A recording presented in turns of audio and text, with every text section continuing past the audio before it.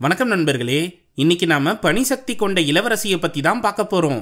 இதை சுருக்கமா சொல்லணும்னா, சின்ன வயசுல தங்கச்சியை தெரியாதனமா பனிசக்தியால தாக்கின அக்காவை ஒரு ரூம்குள்ளேயே அடைச்சு வைக்கிறாங்க அப்பா அம்மா. அவங்க இறந்து போனதுக்கு அப்புறம் வெளி உலகத்தை சந்திக்க போறது மட்டும் இல்லாம ஒரு நாட்டுக்கே அரசியாக போற அக்கா பனிசக்தியை மற்றவங்களுக்கு தெரியாம எப்படி மறைக்க போராடுறாங்க. அவளோட தங்கச்சி ஒரே நாளில் ஒருத்தன் கூட பழகி கல்யாணம் பண்ணிக்க போறேன்னு வந்து சொன்னதும் அக்கா என்ன முடிவெடுப்பா, அதுக்கப்புறம் நடக்க போற சுவாரஸ்யமான காட்சிகளை கலவரமான அனிமேஷன்ல வெளிவந்த ஃப்ரோசன் படத்தோட விளக்கத்தை பார்க்கறதுக்கு முன்னாடி நம்ம சேனலுக்கு புதுசா வரவங்க மறக்காம ஃபிலிம் ஃபெதர்ஸ்க்கு சப்ஸ்கிரைப் பண்ணிடுங்க. நோட்டிபிகேஷன்ஸ் உடனே வர பெல் ஐகானை தட்டி விட்டுருங்க. எடுத்ததும் பனி பிரதேசத்தில் இருக்கவங்க பாட்டு பாடி ஐஸ் கட்டியை வெட்டி அழகா வண்டியில ஏத்திக்கிட்டு இருக்காங்க. அவங்க கூட சேர்ந்து கிறிஸ்டாஃப்ன்ற சின்ன பையன் அவன் சைஸுக்கு ஒரு ஐஸ் கட்டியை தூக்கிட்டு வரான். ஆனா அதை எடுக்கவே அவன் பெரும்பாடுபட்டுட்டான். மற்றவங்கெல்லாம் பெரிய வண்டியில ஐஸ் கட்டியை எடுத்துக்கிட்டு போகும்போது கிறிஸ்டாஃப் மட்டும் அவனோட செல்லப்பிராணியான பனியில வாழ்ற மான்குட்டியோட வண்டியில எடுத்துக்கிட்டு போறான். அந்த மான்குட்டி பேரு ஸ்வென்னு. இது இப்படி இருக்க ஆரண்டேல்ன்ற நகரத்தோட அரசருக்கு 2 பொண்ணுங்க இருக்காங்க. அதுல மூத்தவ பேரு எல்சா, சின்னவ பேரு ஆனா. அன்னைக்கு ராத்திரி ஆனா தூங்கிட்டு இருந்த எல்சா கிட்ட வா நம்ம பனி மனுஷனை உருவாக்கி விளையாடுவோம்னு கூப்பிடுறா. சரின்னு அப்பா அம்மாக்கு தெரியாம 2 அரண்மனையோட பெரிய ஹாலுக்கு வருதுங்க. அப்போ உன்னோட வித்தையை காட்டுன்னு எல்சா கிட்ட கேட்கிறா ஆனா. உடனே எல்சா அவளோட கையை சுத்தி பனிமழையே பொழிய வைக்கிறா. அது மட்டும் இல்லாம அவ கால்பட்ட இடம் ஐஸ் கட்டியா மாறுது. அதை பார்த்து சந்தோஷமா துள்ளி குதிக்கிறா ஆனா. அவங்களுக்கு பிடிச்ச மாதிரி ஓலாஃப்ன்ற பனி மனுஷனை உருவாக்கி ஜாலியா விளையாடுறாங்க. அப்போ ஆனா எகிரி குதிக்கும் போது கீழே விழாம இருக்க பனித்தூண்களை உருவாக்குறா எல்சா. ஒரு கட்டத்துல எல்சா சறுக்குனதும் ஆனா கீழே விழுந்துடுறா. அவளை காப்பாத்த எல்சா முயற்சி பண்ணும்போது தெரியாதனமா பனி சக்தியால தாக்கிடுறா. அதனால ஆனாவோட தலைமுடி வெள்ளையா மாறிடுது. அவ மயங்கினதை பார்த்து எல்சா கத்தும் போது அந்த இடமே பனிக்கட்டியா மாறிடுது. உடனே அவங்க அப்பா அம்மாவை உதவிக்கு கூப்பிடுறா. அவங்க வந்து ஆனாவோட நிலைமைய பார்த்ததும் அவளை காப்பாத்தணும்னா காட்டுக்குள்ள மறைஞ்சு வாழ்ற ட்ரால்ஸ்னு சொல்லப்படுற விசித்திர குள்ளர்களை சந்திச்சாகணும்னு சொல்றாரு நைனா. உடனே எல்சாவையும் ஆனாவையும் தூக்கிட்டு குதிரையில போறாங்க. அப்போ எல்சாவோட சக்தியினால அவங்க போற பாதை ஃபுல்லா பனிக்கட்டியா மாறுது. அந்த வழியா வந்த கிறிஸ்டாஃப் இதை கவனிச்சு அவங்கள பின்தொடர்ந்து போறான். அப்போ ஒரு இடத்துக்கு வந்ததும் அரசர் என் சின்ன பொண்ணை காப்பாத்துங்கன்னு கெஞ்சி கேட்கிறாரு. உடனே அங்க இருக்க பாறாங்கற்கள் எல்லாமே உருண்டு போய் அவங்கள சுத்தி நிக்குது. என்னடா இதுன்னு பார்த்தா பாறாங்கல்லு போல உருவத்தில் இருக்க ட்ரால்ஸ் வெளிவருதுங்க. அதை கவனிச்ச கிறிஸ்டாஃப் வாயை புழக்கும் போது கொஞ்சம் அமைதியா இருந்து பக்கத்துல இருந்த ட்ரால் சொல்லுது. அப்போ இந்த ட்ரால் இனத்தோட தலைவர் அரசரோட சின்ன பொண்ணை பாக்குறாரு. நல்ல வேளை எல்சாவோட சக்தி ஆனாவோட தலையை தான் தாக்கியிருக்கு. அது மட்டும் அவ இதயத்தை தாக்கியிருந்ததுன்னா பெரிய ஆபத்தா முடிஞ்சிருக்கும். இப்போதைக்கு அவளை காப்பாத்திடலாம். ஃபர்ஸ்ட் எல்சாவுக்கு இப்படி ஒரு சக்தி இருக்குன்றதையே ஆனாவோட மூளையில இருந்து அழிச்சிடுறேன். ஆனா அதை வச்சு அவங்க விளையாடின நினைவுகளை அழிக்காம அதை சாதாரணமா விளையாடின மாதிரி மாத்திடுறேன். அதே போல எல்சாவோட சக்தி இன்னும் அதிகமா தான் ஆகும். அவளுக்கு பயம்தான் முதல் எதிரி. அவ பயந்துட்டானா அவளோட சக்தியை கட்டுப்படுத்த முடியாது. அதனால பத்திரமா பாத்துக்கோங்கன்னு சொல்லுது ட்ரோல் தலைவன். அப்படின்னா இனிமே எங்க அரண்மனையோட கதவுகள் மூடியே கிடக்கும். வேலையாட்களும் இருக்க மாட்டாங்க. அவளுக்கு இப்படி ஒரு சக்தி இருக்குன்னு யாருக்குமே தெரியாம நான் பாத்துக்கிறேன். ஆனாவையும் அவ கிட்ட நெருங்காதபடி தடுத்துடுறேன்னு சொல்றாரு அரசர். அதன்படி எல்சா தனி அறைக்குள்ள அடைஞ்சு கிடக்குறா. ஆனா சகஜ நிலைமைக்கு திரும்பினதும் எல்சாவை விளையாடலாம்னு கூப்பிட்டா முடியாதுன்னு சொல்லி அனுப்பிடுறா. இப்படியே நாட்கள் செல்ல எல்சாவோட சக்தி அதிகமாகும் போது அரசர் அவ கையில கிளவுஸை மாட்டி விட்டு இப்போ உன்னோட சக்தி வெளிவராம இருக்கும்னு சொல்றாரு. அதே போல ஆனா இவ்வளோ பெரிய அரண்மனையில விளையாட யாருமே இல்லாம தனியா குதிச்சு ஆடி ஓடிக்கிட்டு இருக்கா. ஆனா எல்சா எக்காரணத்தை கொண்டும் நான் உங்களை காயப்படுத்த கூடாதுன்னு விரும்புறேன், அதனால என் கிட்ட வராதிங்கன்னு அவங்க அப்பாவையும் அம்மாவையும் தடுத்து நிறுத்துறா. இப்படியே வருஷங்கள் கடந்ததும் 2 பேரும் பெரியவங்களாகிடுறாங்க. ஒரு நாள் அவங்க அப்பாவும் அம்மாவும் வியாபாரத்துக்காக வெளிநாட்டுக்கு போகணும்னு கிளம்புறாங்க. அப்போ நீங்க இல்லாத நேரத்துல நான் என்ன பண்றதுன்னு எல்சா கேட்க 2 வாரத்துல நாங்க திரும்பி வந்துருவோம்னு சொல்லிட்டு கிளம்புறாங்க. ஆனா பாவம் கடல் சீற்றத்துல சிக்கி இறந்து போறாங்க. ஆனா பாவம் அப்பா அம்மாவோட இறுதி சடங்குல கூட எல்சாவால பங்கேற்க முடியாம போகுது. ஆனா அந்த சடங்கை முடிச்சுட்டு எல்சா ரூம் வாசல்ல வந்து உட்காந்து இப்ப கூட நீ ஏன் வெளியே வர மாட்டேன்னு கேக்குறா. அதுக்கு பதில் சொல்ல முடியாம உட்காந்து வருத்தப்படுறா எல்சா. இந்த சம்பவம் நடந்து 3 வருஷத்துக்கு அப்புறம் ஆரண்டேல் நகரத்தோட அரசியா எல்சாவை தேர்வு செய்யறாங்க. அந்த பதவியேற்பு விழாக்கு பல நாட்டில இருந்து முக்கிய பிரமுகர்கள் வராங்க. ஆரண்டேல் நகரத்து மக்கள் எல்லாரும் அரண்மனையோட கதவுகள் திறக்க போறதை நினைச்சு சந்தோஷப்படுறாங்க. அதே சமயம் நம்ம கிறிஸ்டாஃபும் ஸ்வென்னும் வளர்ந்துடுறாங்க. இந்த விழாவை எல்லாரும் எதிர்பார்க்கறதுக்கான முக்கியமான காரணமே எல்சாவை பார்க்கணுன்றதுக்காக தான். ஏன்னா இது நாள் வரைக்கும் யாருமே எல்சாவை பார்த்ததில்ல. இது இப்படி இருக்க நல்லா தூங்கிட்டு இருந்த ஆனா கிட்ட இன்னைக்கு உங்க அக்காவோட பதவி ஏற்பு விழா, அதனால சீக்கிரம் எந்திரிங்கன்னு சொல்றாங்க வேலைக்காரங்க. உடனே அலங்கோலமான தலையோட எந்திரிச்ச ஆனா இந்த செய்தியை கேட்டு ரொம்ப நாள் கழிச்சு அரண்மனையோட கதவுகளை திறக்க போறாங்கன்னு சந்தோஷமா ரெடியாகி குதூகலமா வெளியே ஓடி வரா. பல வருஷம் கழிச்சு முறையா இந்த அரண்மனையில நான் மற்ற மனுஷங்களை பார்க்க போறேன்னு சந்தோஷப்படுறா. இந்த விழாவில் நான் ஒரு அழகான இளவரசனை சந்திக்க போறேன்னு நினைச்சு பாட்டு பாடுறா. ஆனா எல்சாவோ இந்த ஒரு நாளை நான் எப்படியாச்சும் சமாளிச்சாகணும்னு நினைச்சு வருத்தப்படுறா. வேற வழி இல்லாம அரண்மனையோட கதவுகளை திறக்க சொல்லி உத்தரவிடுறா. அப்போ எல்லாரும் உள்ள வர்றத பார்த்து சந்தோஷமா பாடிக்கிட்டே போன ஆனா ஒரு குதிரை மேல மோதி படகுல விழுந்துடுறா. அது தண்ணியில விழும்போது பட்டுன்னு அந்த குதிரை தடுத்து நிறுத்துது. அது மேல உட்காந்துருந்த இளவரசன் ஆனாவை காப்பாத்த வரான். அப்போ யார் நீங்க என்ன ஏதுன்னு கேட்கும்போது இந்த நாட்டோட இளவரசின்னு சொல்றா ஆனா. அதை கேட்டு இவனோட சேர்ந்து குதிரையும் மண்டி போடுது. அதனால ஆனா மறுபடியும் தடுக்கி விழும்போது இவன் காப்பாத்துறான். இதனால இவங்க 2 பேருக்குள்ள ஒரு நெருக்கம் ஏற்படுது. என் பேரு ஹான்ஸ், நானும் ஒரு இளவரசன் தான் சொல்றான். அவனோட அழகுல மயங்கின ஆனா பதவியேற்பு விழாக்கு நேரமாச்சுன்னு சொல்லிட்டு கிளம்புறா. இது இப்படி இருக்க எல்சா பதவி ஏற்கும் போது அவ கையில செங்கோலை கொடுக்கறதுக்கு முன்னாடி கிளவுஸை கைட்ட சொல்றாரு பாதிரியார். வேற வழி இல்லாம அதை கைட்டிட்டு செங்கோலை பிடிக்கும் போது எல்லாரும் எந்திரிச்சு நின்று மரியாதை செலுத்துறாங்க. ஆனா எல்சா கையில இருந்த செங்கோல ஐசா மாறுது. ஆனா பாதிரியார் இனிமே இந்த நகரத்தோட அரசி இவங்க தான் அறிவிச்சதும் பட்டுன்னு அந்த செங்கோலை தட்டுல வச்சிடுறா எல்சா. அடுத்து எல்லாரும் பாட்டை போட்டு டான்ஸ் ஆடிக்கிட்டு இருக்காங்க. அப்போ ஆனாவை கொண்டு வந்து எல்சா பக்கத்துல நிறுத்துறாங்க. ரொம்ப வருஷமா பேசி பழகாத அக்கா கிட்ட என்ன சொல்றதுன்னு புரியாம நின்ன ஆனாவை பார்த்து இங்க ஒரு நல்ல வாசனை வருதே, அது சாக்லேட்டு தானேன்னு சொல்றா எல்சா. அக்கா நம்ம கிட்ட பேசிட்டாங்கன்னு சந்தோஷத்தோட ஆமான்னு சொல்றா ஆனா. அப்போ ஒரு நாட்டோட அதிபதி வந்து வியாபார ரீதியா நாங்க உங்களோட தொடர்புல இருக்கோம், இப்ப வாங்க நம்ம டான்ஸ் ஆடலாம்னு எல்சாவை கூப்பிடுறாரு. அவர் மண்டையில இருக்க வினோதமான விக்க பார்த்து 2 பேருமே சிரிக்கிறாங்க. அப்போ எனக்கு டான்ஸ் ஆட தெரியாது, ஆனாவை கூட்டிட்டு போங்கன்னு அனுப்பி வைக்கிறா எல்சா. அவரு வேடிக்கையா டான்ஸ் ஆடிக்கிட்டே எதுக்காக உங்க அரண்மனையோட கதவுகளை மூடி வச்சிங்கன்னு கேட்கிறாரு. அதை பத்தி எனக்கு எதுவும் தெரியாதுன்னு சொல்றா ஆனா. சரி, என் அளவுக்கு உன்னால ஸ்டெப்பு போட முடியாதுன்னு ஆனாவை அனுப்பி வச்சிடுறாரு அந்த அதிபதி. அவ மறுபடியும் எல்சா கிட்ட வந்து இவன் ஓவரா சீன் போடுறான்னு சொல்லிட்டு சிரிக்கிறா. அதை கேட்டு எல்சாவும் சிரிக்கிறா. அதை பார்த்து இதே போல நாம எப்பவும் சந்தோஷமா இருப்போம்னு ஆனா கேட்க, இன்னைக்கு ஒரு நாள் மட்டும்தான் என்னால சிரிச்சு பேசிக்கிட்டு இருக்க முடியும்னு சொல்லிட்டு திரும்பிடுறா எல்சா. அதை கேட்டு வருத்தத்தோட வந்த ஆனா கூட்டத்துல தடுக்கி விழும்போது ஹான்ஸ் அவளை பிடிச்சிடுறான். அவனை பார்த்ததும் ஆனா சந்தோஷமாகிடுறா. அவன் கூட சேர்ந்து ஜாலியா டான்ஸ் ஆடினது மட்டும் இல்லாம பல மணி நேரம் பேசிக்கிட்டு இருக்கா. அப்போ என் கூட பிறந்தவங்க மொத்தம் 12 பேரு. அதுல மூத்தவனுங்க 2 பேருக்கு என்னை பத்தி கொஞ்சம் கூட அக்கறை கிடையாதுன்னு சொல்றான். என் அக்காவும் அப்படிதான். சின்ன வயசுல நாங்க சந்தோஷமா சிரிச்சு பேசி விளையாடிக்கிட்டு தான் இருந்தோம். ஒரு நாள் ரூம் கதவை சாத்திக்கிட்டு உள்ள போனவ என்னை வெறுத்து ஒதுக்கிட்டான்னு ஃபீல் பண்ணி சொல்றா ஆனா. ஆனா என்னைக்குமே உன்னை நான் வெறுக்க மாட்டேன்னு நங்கூரத்தை நச்சுன்னு போடுறான் ஹான்ஸ். அதை கேட்டு சந்தோஷப்பட்ட ஆனா அவன் கூட சேர்ந்து ஆடி பாடுறா. ஒரு கட்டத்துல 2 பேரோட எண்ணங்களும் ஒத்து போக என்ன நீ கல்யாணம் பண்ணிக்கிறியான்னு கேட்கறான் ஹான்ஸ். அதுக்கு சம்மதிச்ச ஆனா உடனே ஹான்ஸை கூட்டிட்டு போய் எல்சா முன்னாடி நின்று நான் இவனை தான் கல்யாணம் பண்ணிக்க போறேன்னு சொல்றா. அதை கேட்டு அதிர்ச்சியான எல்சா இன்னைக்கு பார்த்தவங்க கூடலாம் இல்வாழ்க்கையில ஈடுபட முடியாதுமான்னு சொல்றா. உனக்கு காதலை பத்தி என்ன தெரியும், அடுத்தவங்களோட அன்பையும் புரிஞ்சுக்க தெரியாது, எல்லாரையும் வெறுத்து ஒதுக்க தான் தெரியும்னு சொல்றா ஆனா. எதுவா இருந்தாலும் என்னால கல்யாணத்துக்கு சம்மதிக்க முடியாதுன்னு சொல்லிட்டு எல்சா போக, நான் என்ன தப்பு பண்ணிட்டேன்னு என்னை இப்படி வெறுத்து ஒதுக்குறேன்னு கிளவுஸை பிடிச்சி இழுத்துடுறா ஆனா. இதுக்கு மேல இங்க இருந்த ஆபத்துன்னு புரிஞ்சு பார்ட்டி முடிஞ்சு போச்சு, முதல்ல எல்லாரையும் வெளியே அனுப்பிட்டு கதவை சாத்துங்கன்னு காவலர்களுக்கு உத்தரவிடுறாங்க எல்சா. இப்படி எல்லாரையும் ஏன் வெறுத்து ஒதுக்குற, எதை பார்த்து நீ பயப்படுறன்னு கேள்வி மேல கேள்வி கேட்டுக்கிட்டு இருக்கா ஆனா. போது நிறுத்தின்னு எல்சா கத்துனதும் கூர்மையான பனிக்கற்கள் அவ சக்தியால உருவாகுது. அதை பார்த்து எல்லாருமே வாய புலகுறாங்க. இதுக்காக தான் இவனுங்க கதவை சாத்தி வச்சிருக்காங்களான்னு சந்தேகப்படுறாரு அதிபதி. ஆனா ஆனா மட்டும் அவளோட அக்காவை நினைச்சு கவலைப்படுறா. எல்சா அங்கிருந்து வெளியே வந்ததும் சுத்தி நிக்கிற மக்கள் எல்லாரும் அவளை அன்போட வரவேற்கிறாங்க. அவளால யாருக்கும் எந்தவித ஆபத்தும் வரக்கூடாதுன்னு ஒதுங்கி போன எல்சா அங்க இருக்க ஃபவுண்டன்ல கைய வச்சதும் பட்டுன்னு ஐஸ் கட்டியா மாறிடுது. அதை பார்த்து ஊர் மக்களும் வாய புலகுறாங்க. அப்போ அதிபதி ஓடி வந்து அவளை புடிங்கன்னு கத்திக்கிட்டு இருக்காரு. நான் எதுவும் பண்ணலையேன்னு இவ கையை நீட்டினதும் பனி சக்தியால வாசல் ஃபுல்லா பனிக்கற்களா உருவாகுது. அதை பார்த்து எல்லாருமே பயந்து போறாங்க. இதுக்கு மேல இங்க இருக்க கூடாதுன்னு சொல்லி தெரிச்சு ஓடுறா எல்சா. அவ பின்னாடி ஹான்ஸும் ஆனாவும் ஓடி வராங்க. ஆனா பயத்தால அவ சக்தியை கட்டுப்படுத்த முடியாத எல்சா ஆத்துல ஓடுற தண்ணியை ஃபுல்லா ஐஸ் கட்டியா மாத்தி காட்டுக்குள்ள பூந்துடுறா. அதனால ஆரண்டேல் நகரத்தை சுத்தி இருக்க கடல் பகுதி மொத்தமுமே பனிக்கட்டியா மாறிடுது. இந்த விழாவுக்கு வந்தவங்களும் சரி, இந்த நகரத்து மக்களும் சரி, இனிமே இந்த ஊரை விட்டு போக முடியாதபடி ஆகிடுது.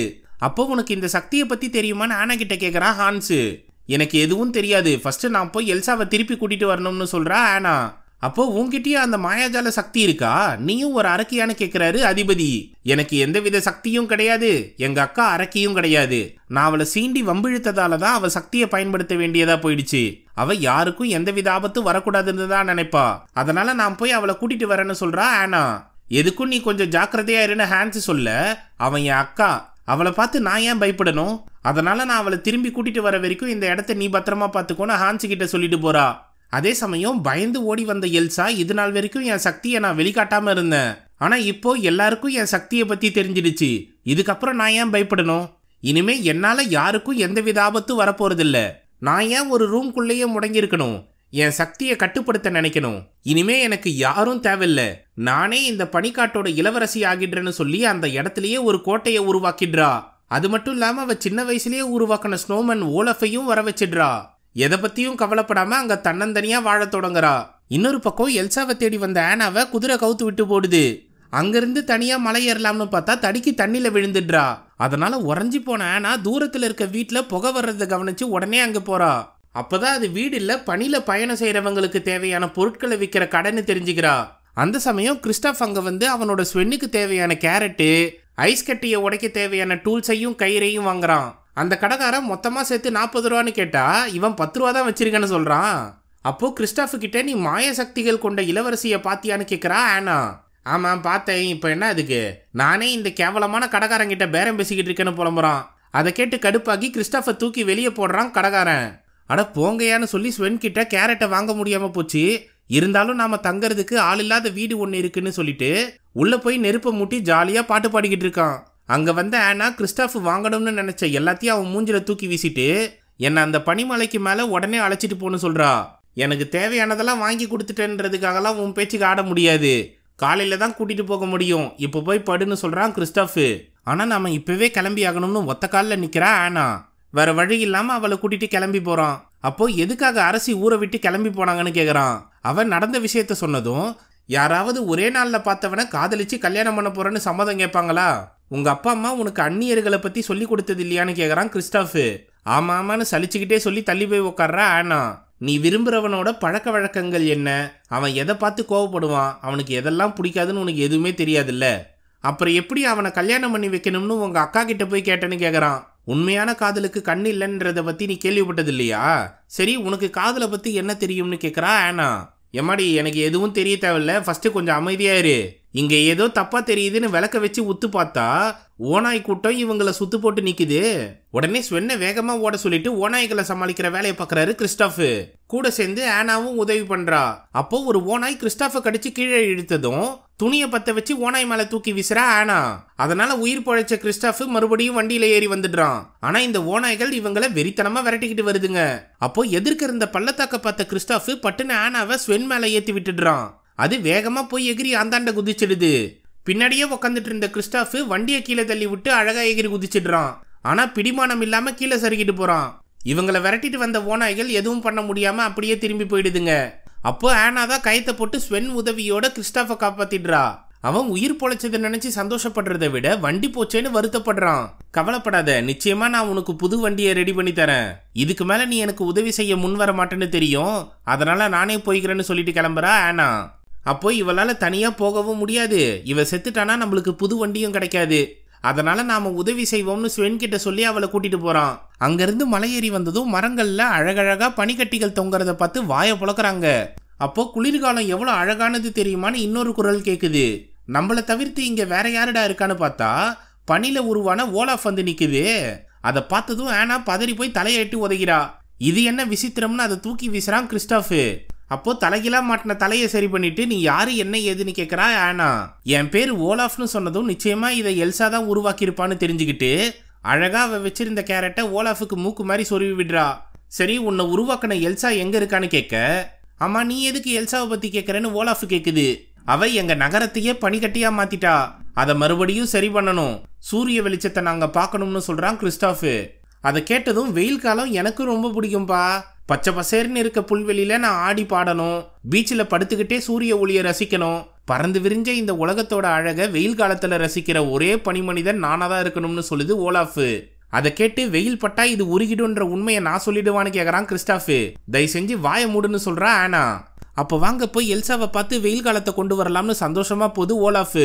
அதை கேட்டு நிச்சயமா இதுக்கு ஒரு நாள் உண்மையை சொல்லி ஆகணும்னு முடிவு பண்றான் கிறிஸ்டாஃப். இது இப்படி இருக்க ஆரண்டேல் நகரத்துல இருக்க மக்களை ஹான்ஸ் பத்திரமா பாத்துக்கிறான். அப்போ எத்தனை நாள் நாம இப்படியே இருக்கிறதுன்னு கேக்குறாரு அதிபதி. நிச்சயமா இளவரசி ஆனா எல்சாவை கூட்டிட்டு வந்து இந்த நகரத்தை சீர்படுத்துவான்னு நான் நம்புறேன். அது வரைக்கும் காத்துக்கிட்டு இருங்க. எதிர்த்து பேசுறீங்கன்னா உங்களை கைது செய்வேன்னு மிரட்டுறான் ஹான்ஸ். அப்போ ஆனாவோட குதிரை தலைதெறிக்க ஓடி வருது. அதை அமைதியாக்கிட்டு இளவரசி ஆனா ஆபத்துல இருக்காங்க போல, அவங்களுக்கு உதவி பண்ண என் கூட யார் வரீங்கன்னு கேட்குறான் ஹான்ஸ். அப்போ அதிபதி அவரோட 2 அடியாட்கள் கிட்ட நீங்க அவங்க கூட போங்க, எல்சாவை பார்த்தீங்கன்னா உடனே அவளை போட்டு தள்ளி இந்த நிலைமையை சீராக்குங்கன்னு சொல்றாரு. இந்த பக்கம் ஓலாஃபு கூட வந்த ஆனா மேலே போறதுக்காக மலை ஏற முயற்சி பண்றா. 1/2 மணி நேரம் முயற்சி பண்ணி 5 அடி கூட மேலே ஏற முடியாம முழிக்கிறத பார்த்து கிறிஸ்டாஃப் பயங்கரமா கிண்டல் பண்றான். அப்போ ஓலாஃபு பக்கத்துல இருக்க படிக்கட்டை கண்டுபிடிச்சிட்டேன்னு சொல்லுது. அதை கேட்டு சந்தோஷமா நான் கீழே குதிக்க போறேன், என்னை பிடிச்சிட்டுன்னு கிறிஸ்டாஃப் கிட்ட சொல்லி குதிக்கிறா ஆனா. அதே போல கிறிஸ்டாஃபும் அவளை பிடிச்சிடுறான். அங்கிருந்து பனிப்படிக்கட்டுகள் மேல ஏறி போக முடியாம ஸ்வென்னு கஷ்டப்படுது. அதை கீழே உட்கார சொல்லிட்டு ஆனா கூட போறான் கிறிஸ்டாஃப்.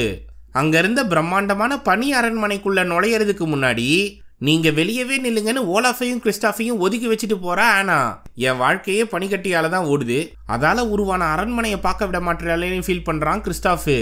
உள்ள போன ஆனா எல்சாவை கூப்பிட்டதும் அவ வெளியே வரா. ஆனா கிட்ட என்னை தேடி இவ்வளவு தூரம் வந்ததே பெரிய விஷயம், ஆனா என்னால உன் கூட திரும்பி போக முடியாது, நான் இருக்க வேண்டிய இடம் இதுதான், என்னால யாருக்கும் எந்தவித ஆபத்தும் வராதுன்னு சொல்றா எல்சா. அப்போ ஓலாஃப் உள்ள ஓடி வந்து என்ன மறந்துட்டியான்னு கேக்குது. நீ எப்படி பேசுறன்னு எல்சா கேட்க, நீ தான் என்ன உருவாக்குனியேன்னு சொல்லுது. அது இருக்கட்டும், நீ ரொம்பவே மாறிட்ட தெரியுமா, ஆனா அது ஒரு நல்ல விஷயம்தான், இப்போதைக்கு நீ நம்ம ஊருக்கு திரும்பி வந்தே ஆகணும்னு சொல்றா ஆனா. ஆனா எல்சா பிடிவாதமா வர முடியாதுன்னு பாட்டு பாடி காட்டுறா. அப்போ ஆரண்டேல் நகரத்தோட நிலைமையை எடுத்து சொல்லி நீ திரும்பி வந்தாதான் அதை சரிப்படுத்த முடியும்னு கேட்குறா ஆனா. எனக்கு சக்தி கிடையாது, சாபம்தான் இருக்கு, அதை வச்சு எதையும் சரி பண்ண முடியாதுன்னு எல்சா கத்தும்போது அவ இருக்க இடத்த சுத்தி பனித்தாக்குதல் நடக்குது. அதுல ஒன்று ஈட்டி மாதிரி ஆனாவோட நெஞ்சில பாஞ்சிருது. அப்போ ஓலாஃபும் கிறிஸ்டாஃபும் வந்து என்ன ஏதுன்னு பார்க்குறாங்க. இவன் யாரு புதுசா இருக்கான், சரி அதை பத்தி எனக்கு கவலை கிடையாது, ஃபர்ஸ்ட் எல்லாரும் இங்கிருந்து வெளியே போங்கன்னு சொல்லி பனி அரக்கனை உருவாக்கிடுறா எல்சா. அது 3 பேரையும் தூக்கிட்டு போய் வெளியே போடுது. அப்போ நீ யாருடா எங்களை விரட்டுறதுக்குன்னு சொல்லி பனி உருண்டையை உருட்டி அது மேல வீசுறா ஆனா. உடனே செம்ம கடுப்பாகி இவங்களை விரட்டிக்கிட்டு வருது. அதுகிட்ட சிக்காம தெரிச்சு ஓடும்போது மரத்தால அட்டாக் பண்ணி சம்பவம் பண்றா ஆனா. அங்கிருந்து பள்ளத்தாக்கு முன்னாடி வந்ததும் கயத்தை கட்டி கீழே இறங்கலாம்னு ஐடியா தரான் கிறிஸ்டாஃப். அங்கிருந்து கீழே இறங்கும் போது பின்னாடியே வந்த ஓலாஃப் எங்க நம்ம கூட வந்த 2 பேரையும் காணோம், விரட்டிட்டு வந்த பனி அரக்கனையும் காணுமேனு புலம்புது. அப்போ கலவரமா என்ட்ரி கொடுத்த பனி அரக்கன் ஃபர்ஸ்ட் ஓலாஃபை கீழே தூக்கி போடுது. அடுத்ததா கயத்துல இறங்குற 2 பேரையும் மேல தூக்கி இனிமே இந்த பக்கம் வந்துடாதீங்கன்னு மிரட்டுது. உடனே ஆனா கயத்தை வெட்டி கீழே குதிச்சிடுறா. அதனால கிறிஸ்டாஃபும் கூட சேர்ந்து விழுறான். ஆனா கீழே இருக்க பனிமூட்டத்தால எந்தவித சேதாரமும் ஏற்படாம போகுது. சரி எப்படியோ தப்பிச்சிட்டோமேனு சந்தோஷப்படும் போது ஆனாவோட தலைமுடி மறுபடியும் வெள்ளையாக்குறத கவனிச்சு எல்சா உன்னை பனி சக்தியால தாக்குனதுனாலதான் உன் முடி வெள்ளையா மாறுது போல, அதை சரி பண்றதுக்கு நாம ஒரு இடத்துக்கு போயாகணும்னு ஆனாவை அழைச்சிட்டு போறான் கிறிஸ்டாஃப். உனக்கு எப்படி அந்த இடத்த பத்தி தெரியும்னு ஆனா கேட்க, நான் ஏற்கனவே குணப்படுத்துறத பார்த்துருக்கேன்னு சொல்றான். அதை கேட்டு ஆனாவும் மற்ற 2ம் பின்தொடர்ந்து வருதுங்க. இந்த பக்கம் எல்சா அவளோட சக்தியை கட்டுப்படுத்தலாம்னு முயற்சி பண்ணா அது அவளை மீறி செயல்படுது. அங்க எனக்கு தெரிஞ்சவங்களை பார்த்து நீ பயப்படக்கூடாது, அவங்க வித்தியாசமா இருந்தாலும் பாசத்தோட பழகுவாங்கன்னு சொல்லிட்டு வரான் கிறிஸ்டாஃப். அவங்க எப்படி இருந்தாலும் நான் பாத்துக்கிறேன், நீ ஃப்ரீயா விடுன்னு சொல்லிட்டு வரா ஆனா. அப்போ இவங்க தான் எனக்கு தெரிஞ்சவங்கன்னு சுத்தி இருக்க பாறாங்கற்களை காட்டுறான். அதை பார்த்த ஓலாஃப் இவன் கிறுக்கு பையனா இருப்பான் போல, நான் அவனோட கவனத்தை சிதறடிக்கிறேன், நீ அதுக்குள்ள எஸ் ஆயிடுன்னு சொல்லுது. சரின்னு ஆனா அங்கிருந்து தப்பிச்சு போலாம்னு பார்த்தா அவளை சுத்தி பாறாங்கற்கள் உருண்டு வருது. என்னடா இது வினோதமா இருக்கேன்னு ஆச்சரியப்பட்டா அதுக்குள்ள இருந்து ட்ரால்ஸ் எட்டி பாக்குதுங்க. அட நம்ம கிறிஸ்டாஃப் வந்துட்டான்பான்னு சொல்லி அவனை அன்போட வரவேற்குதுங்க. அதை பார்த்து இவங்க தான் ட்ரோல்ஸான்னு ஆச்சரியப்படுறா ஆனா. அவளை கவனிச்ச ட்ரோல்ஸ், எப்பா நம்ம பையன் ஒரு பொண்ணை உசார் பண்ணிட்டான், அவ செம்ம அழகா இருக்கான்னு வாழ்த்தி பாடுதுங்க. ஆனா விஷயம் அது இல்லைன்னு கிறிஸ்டாஃப் சொன்னதும், எங்க வீட்டு பையனுக்கு என்னமா குறைச்ச, அவன் பாக்குறதுக்கு அப்படி இப்படின்னு தான் இருப்பான், ஆனா மனசார சொக்க தங்கம்னு பாராட்டுதுங்க. வேற ஒருத்தங்க கூட அவளை நிச்சயம் பண்ணிட்டாங்கப்பா, அதனால தேவையில்லாத கற்பனைகளை வளர்த்துக்காதீங்கன்னு சொல்றான் கிறிஸ்டாஃப். நிச்சயம் பண்ணா என்ன, அவ கையில மோதிரம் இல்ல, அதனால இப்பவே உனக்கு கல்யாணம் பண்ணி வச்சிடுறோன்னு பக்காவா செட்டப் ரெடி பண்ணி நிக்க வச்சிருதுங்க. அதை பார்த்து ஆனா மயங்கிடுறா. அவ உடம்பு ஐஸ் போல சில்லுன்னு இருக்கிறத உணர்ந்து ட்ரால்ஸ் இனத்தோட தலைவரை கூப்பிடுறான் கிறிஸ்டாஃப். அது உருண்டு வந்து ஆனாவை தொட்டு பார்த்ததும், இவ இதயம் பனி சக்தியால தாக்கப்பட்டிருக்கு, உண்மையான அன்பை வெளிப்படுத்தினா மட்டும்தான் இதை குணப்படுத்த முடியும்னு சொல்லுது. அப்படின்னா ஹான்ஸ் உனக்கு முத்தம் கொடுத்தா இது சரியாகிடும்ல, உடனே அவனை பார்க்க போவோம்னு ஆனாவை கூட்டிட்டு கிளம்புறான் கிறிஸ்டாஃப். அதே சமயம் ஆனாவை தேடி ஹான்ஸ் கேங்கு எல்சாவோட கோட்டைக்கு வந்துடுறாங்க. அதை பார்த்து வாயை பழக்கும் போது அங்க காவலுக்கு நின்ன பனி மான்ஸ்டர் அவங்கள தாக்குது. ஹான்ஸ் அதை சமாளிச்சுக்கிட்டு இருக்கும்போதே அதிபதியோட 2 அடியாட்கள் உள்ள புந்துடுறாங்க. அவங்களோட குறிக்கோள் எல்சாவை போட்டு தள்ளணுன்றது தான். அதனால வெறித்தனமா அவளை விரட்டிக்கிட்டு போறாங்க. ஆனா எல்சா அவளோட சக்தியை பயன்படுத்தி அவங்களுக்கு எந்தவித காயமும் ஏற்படாம தடுத்து நிறுத்த முயற்சி பண்றா. அதுல ஒருத்தனை கூர்மையான பனிப்பாறைகள் மூலமா செவுத்தோரமா நிறுத்திட்டு இன்னொருத்தனை ஜன்னல் வழியா வெளியே தள்ளிவிட முயற்சி பண்றா. அப்போ வெளியே இருக்க பனி மான்ஸ்டரோட காலை வெட்டி பாதாளத்துல தள்ளி விட்டுடுறா ஹான்ஸ்.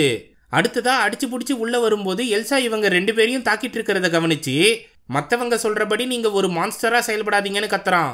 அதை கேட்டு எல்சா அமைதியா நிற்கும் போது செவுத்தோரமா இருக்கவன் பட்டுன்னு அம்பு விட முயற்சி பண்றான்.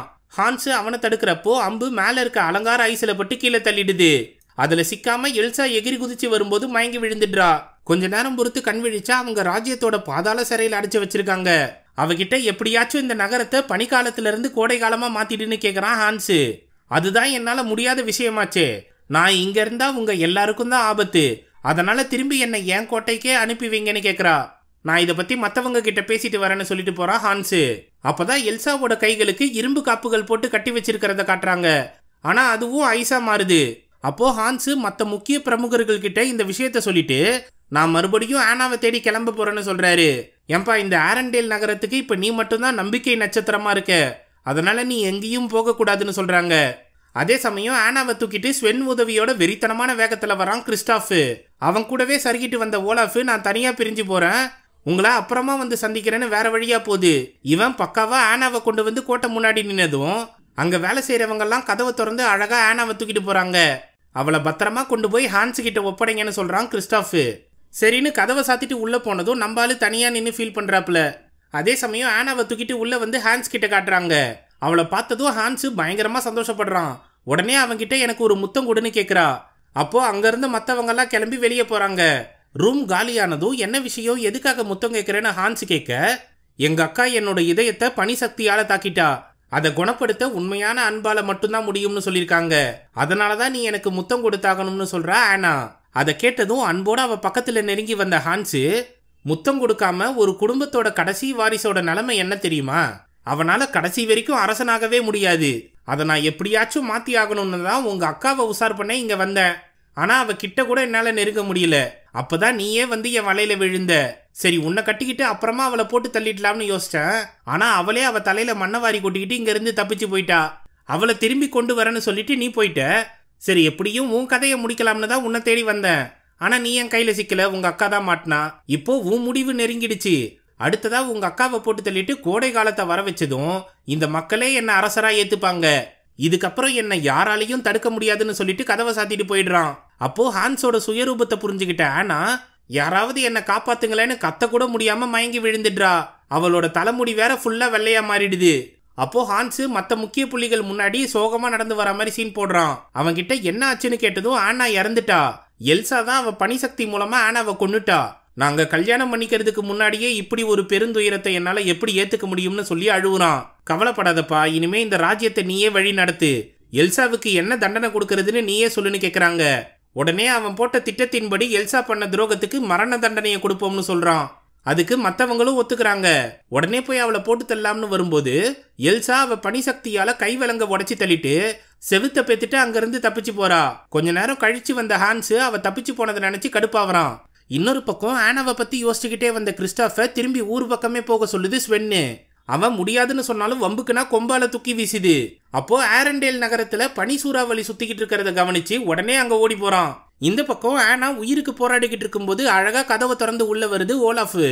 அதுகிட்ட நடந்த நிகழ்வுகளை சொல்லி இதுக்கப்புறம் என்னை காப்பாத்துறது ரொம்பவே கஷ்டம்னு புலம்புறா.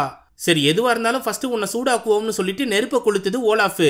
அடுத்து ஆனா கிட்ட உன்னை காதலிக்கிறவங்களோ இல்ல அன்பு காட்டுறவங்களோ வேற யாரும் இல்லையான்னு கேக்குது. நடந்த சம்பவத்துக்கு அப்புறம் எனக்கு உண்மையான காதலை பத்தியும் அன்பை பத்தியும் எதுவும் தெரியாதுன்னு புலம்புறா ஆனா. காதலும் அன்பும் ஒண்ணுதான். அதுல உண்மையான காதலை கண்டுபிடிக்கிறது ரொம்பவே ஈஸி.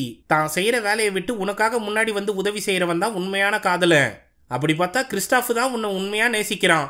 அவனை விட்டுப்புட்டு நீ இங்க ஹான்ஸை தேடி வந்திருக்கியன்னு கலாய்க்குது ஓலாஃப். சரி எதுவா இருந்தாலும் நீ நெருப்பு பக்கத்துல நிக்காத, உருகிடுவன்னு எச்சரிக்கிறா ஆனா. சிலருக்காக நாம உருகிறதுல எந்தவித தவறும் இல்லைன்னு சொல்லிட்டு ஜன்னல் வழியா எட்டி பார்க்கும்போது கிறிஸ்டாஃப் அதிவேகமா வர்றதை பத்தி ஆனா கிட்ட சொல்லிடுது. சரி அவனை பார்த்தாக்கணும்னு சொல்லிட்டு வெளியே வந்தா எல்சாவோட சக்தியினால இந்த அரண்மனை ஃபுல்லா ஐஸா மாற தொடங்குது. அதனால ஆனாவும் ஓலாஃபும் உள்ளேயே மாட்டிக்கிறாங்க. அப்போ எல்சா பனிசக்தியை கட்டுப்படுத்த முடியாம மிகப்பெரிய சூறாவளியை உருவாக்கிட்டு இங்க இருந்து போறா. அதே சமயம் ஜன்னல் கதவை உடைச்சுக்கிட்டு ஓலாஃபும் ஆனாவும் வெளியே வராங்க. ஆனா சூறாவளியோட தாக்கம் அதிகமா இருக்கிறதுனால ஓலாஃப் பறந்து போகுது. ஆனா குளிர் தாங்க முடியாம கிறிஸ்டாஃபோட பேரை சொல்லிக்கிட்டே முன்னாடி போறா. அப்போ கிறிஸ்டாஃப் பனிப்புயலுக்குள்ள பூந்து வெறித்தனமா வந்தாலும் ஐஸ் கட்டியில சிக்கியிருந்த கப்பல் ஏடாகுடமா உருளுது. அதுல சிக்காம கிறிஸ்டாஃபை தூக்கிட்டு சீறி பாஞ்சு ஓடி வருது ஸ்வென்னு. ஆனா தரையில இருக்க பனிக்கட்டிகள்லாம் விரிசல் விட்டு பேந்து போகும்போது அழகா கிறிஸ்டாஃபை தூக்கி மறுபக்கமா வீசிட்டு இது தண்ணியில மிதந்து வருது. அவன் ஸ்வென்னு பத்திரமா இருக்கிறத பார்த்துட்டு ஆனாவை தேடி போறான். அவளோட உடம்பு கொஞ்சம் கொஞ்சமா ஐஸ் கட்டியா மாறிட்டு வருது. அப்போ தூரத்துல அவளோட குரலை கேட்டதும் ஆனாவை காப்பாத்த ஓடி வரான். அதே சமயம் எல்சாவை கண்டுபிடிச்ச ஹான்ஸ் உன்னோட சக்தியினாலதான் ஆனா இறந்துட்டான்னு சொன்னதும் அதிர்ச்சியில நிற்கும் போது பனி சூறாவளி அடங்கிடுது. தெரியாதனமா தங்கச்சியை கொண்டுட்டோமேன்னு நினைச்சு வருத்தத்தோட உக்காந்துடுறா. அப்போ ஆனாவை பார்த்துட்டு அவகிட்ட ஓடி வரான் கிறிஸ்டாஃப். அந்த சமயம் எல்சாவை போட்டு தள்ள முயற்சி பண்றான் ஹான்ஸ். இதை கவனிச்ச ஆனா கிறிஸ்டாஃப் கிட்ட போகாம உடனே ஓடி போய் எல்சா முன்னாடி நிக்கிறா.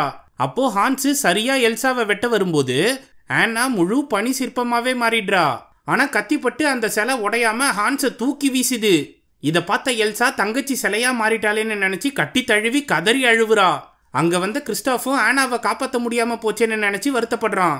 அந்த சமயம் ஆனா எல்சாவோட அரவணைப்பால சகஜ நிலைமைக்கு மாற தொடங்குறா. இதை கவனிச்ச எல்லாருமே சந்தோஷப்படுறாங்க. அப்போ எல்சாவோட உண்மையான அன்பை வெளிப்படுத்தினதுனாலதான் ஆனா குணமாகிருக்கான்னு சொல்லுது ஓலாஃப். அதை கேட்ட எல்சா என் மேல உனக்கு அவ்வளோ அன்பான்னு கேட்கிறா. சின்ன வயசுல இருந்தே எனக்கு உன்னதான்க்கா ரொம்ப பிடிக்கும்னு சொல்றா ஆனா. அப்போ உண்மையான அன்பை வெளிப்படுத்தினா எதை வேணாலும் சாதிக்கலாம்னு சொல்லி பனிக்கட்டியா மாறின ஆரண்டேல் நகரத்தை சகஜ நிலைமைக்கு மாத்திடுறா எல்சா. ஆனா வெயில் வந்ததுனால ஓலாஃப் உருகி போகுது. அதை கவனிச்ச எல்சா ஓலாஃப் தலைமையில மட்டும் பனிமழை பொழியிற மாதிரி சின்ன மேகத்தை ரெடி பண்ணி வச்சிடுறா. அதனால திரும்பவும் உயிரோட வந்த ஓலாஃப் குதூகலமா குதிக்குது. அப்போ அரமயக்கத்துல எந்திரிச்ச ஹான்ஸ் அடிக்க போறான் கிறிஸ்டாஃப். அவனை தடுத்து நிறுத்தி இரு நான் பாத்துக்கிறேன்னு சொல்லிட்டு முன்னாடி போன ஆனா எங்க அக்கா நல்லவதாண்டா நீ தாண்டா கொலக்குடூரமானவன்னு சொல்லி ஓங்கி மூக்கிலேயே குத்திடுறா. அவன் பறந்து போய் தண்ணியில விழுறான். ஒரு வழியா பிரச்சனைலாம் முடிஞ்சதும் இந்த விழாவுக்கு வந்த முக்கிய புள்ளிகள் எல்லாருமே கிளம்புறாங்க. அதுல எல்சாவை அரக்கின்னு சொன்ன அதிபதியை இனிமே இந்த ஊருக்கு வந்துடாதுன்னு சொல்லி விரட்டி அனுப்புறாங்க. அடுத்து ஹான்ஸை அவங்க ஊருக்கே பிணை கைதியா அனுப்பி வைக்கிறாங்க. கிறிஸ்டாஃபுக்கு ஆனா சொன்னபடி புதுசா ஒரு பனிசறுக்கு வண்டியை ரெடி பண்ணி கொடுக்குறா. அதை பார்த்து இவன் வாயடைச்சு போய் நிக்க அவன் கன்னத்திலே முத்தம் கொடுக்குறா ஆனா. பட்டுன்னு அவன் இறுக்கி பிடிச்சி வாயில உமா கொடுக்குறான். அடுத்து ஓலாஃப் வெயில் காலத்துல வர பூக்களை ரசிக்கும் போது ஹச்சுன்னு தும்பிடுது. அதனால மூக்கா செயல்படுற கேரட்டு ஸ்வென்னு வாயில போயிடுது. அதை பார்த்து ஐயோன்னு அலறும் போது அழகா அந்த கேரட்டை கொண்டு வந்து மூக்கல சொருவி விடுது ஸ்வென்னு. கடைசியா அரண்மனை கதவுகளை திறந்து விட்டு அங்க இருக்க பெரிய ஹால்ல எல்லாரும் சறுக்கி விளையாட பனித்தரையை ரெடி பண்ணி தரா எல்சா. அதுல ஆனாக்கு ஸ்கேட்டிங் ஷூவை உருவாக்கி கொடுத்து சறுக்கி விளையாட சொல்றா. இவங்க எல்லாருமே சந்தோஷமா இருக்க இந்த தருணத்துல எல்சா உருவாக்கின பனிக்கோட்டைக்கு வந்த பனி மான்ஸ்டர் கீழே கடந்த கிரீடத்தை எடுத்து தலையில மாட்டிக்கினதும் அமைதியான சொரூபமா மாறிடுது. அதோட படம் முடியுது. இந்த மாதிரி டிஸ்னி பிரின்சஸோட கதைகளை பார்க்கும்போதே குதூகலமா இருக்குப்பா. அந்த உலகத்துல நாமளும் ஒருத்தனா இருந்தா சந்தோஷமா தான் இருக்கும். இந்த மாதிரி உங்களுக்கு பிடிச்ச டிஸ்னி பிரின்சஸ் யாருன்னு கமெண்ட் செக்ஷன்ல சொல்லுங்க. இந்த வீடியோ உங்களுக்கு பிடிச்சிருந்ததுன்னா தம்ஸ் அப் தெரிவிக்க விட்டு மற்றவங்களுக்கு ஷேர் பண்ணுங்க. புதுசா வரவங்க மறக்காம ஃபிலிம் ஃபெதர்ஸ்க்கு சப்ஸ்கிரைப் பண்ணிடுங்க. மிக்க நன்றி நண்பர்களே.